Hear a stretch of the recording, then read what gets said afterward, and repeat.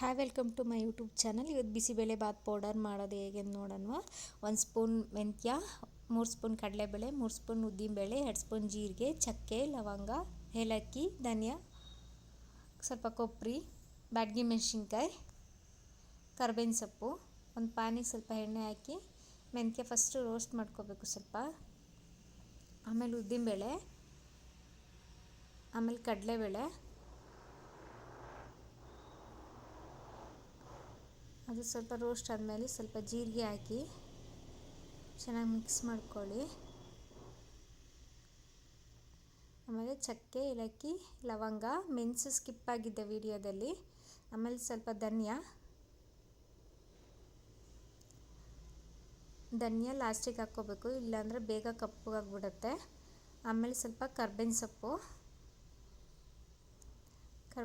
ಹಾಕಿದ್ಮೇಲೆ ಚೆನ್ನಾಗಿ ಮಿಕ್ಸ್ ಮಾಡ್ಕೊಳ್ಳಿ. ಕರ್ಬೇವಿನ ಸೊಪ್ಪು ಸ್ವಲ್ಪ ಕ್ರಿಸ್ಪಿ ಆಗೋ ತನಕ ರೋಸ್ಟ್ ಮಾಡಿ. ಆಮೇಲೆ ಬ್ಯಾಡಗಿ ಮೆಣಸಿನ್ಕಾಯಿ, ಆಮೇಲೆ ಸ್ಟವ್ ಆಫ್ ಮಾಡಿ ಆದಮೇಲೆ ಸ್ವಲ್ಪ ಕೊಬ್ಬರಿ ಹಾಕ್ಕೋಬೇಕು.